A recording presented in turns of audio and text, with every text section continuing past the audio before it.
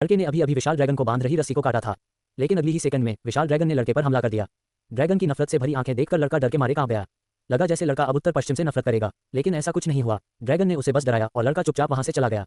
उसे नहीं पता था कि जो ड्रैगन उसके सामने है उसका नाम ये शार्क रात की चादर है। उसका शरीर काला था और उसकी रफ्तार बिजली जैसी तेज। उसके मुंह से निकलने वाली आग पश्चिमी ड्रैगन जाति में सबसे उज्जवल मानी जाती थी।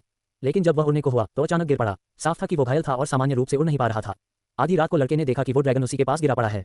वो अपने कबीले में गया और अपनी किताबें देखने लगा। जब उसने रात के पन्ने पलटे तो वहां केवल एक खाली विवरण था।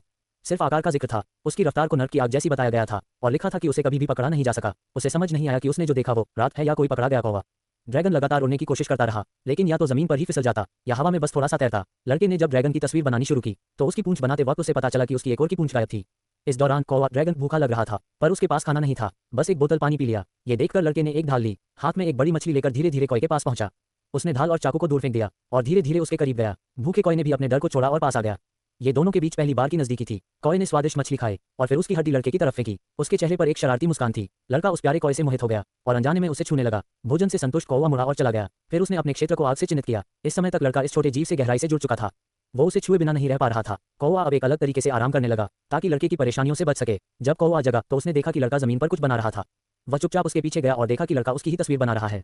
उसकी सीखने की क्षमता जबरदस्त थी। उसने भी एक डंडी उठाई और चित्र बनाना शुरू कर दिया। हालांकि उसकी रेखाएं बिल्कुल भी समझ में आने वाली नहीं थीं, पर लड़का उसे देखकर मुस्कुरा रहा था। लड़का ऊपर चढ़ा ताकि वो चित्र अच्छे से देख सके, लेकिन गलती से उसने एक रेखा पर पैर रख दिया। ये देखकर कौवा नाराज हो गया। लड़के ने फौरन अपना पैर उठाया, पर कौवा ने फिर मुंह फेर लिया। अब लड़का शरारत पर उतर आया और कौवे की सहनशीलता की सीमा में मस्ती करने लगा। अंततः लड़का सभी रेखाएं पार करके कौवे के पास पहुंच गया।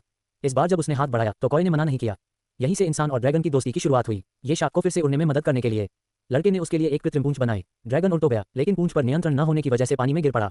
लेकिन लड़के ने हार नहीं मानी। वो लगातार उपकरणों को बेहतर बनाता रहा। उसे उम्मीद थी कि वो भी एक दिन येशा के साथ उड़ सकेगा।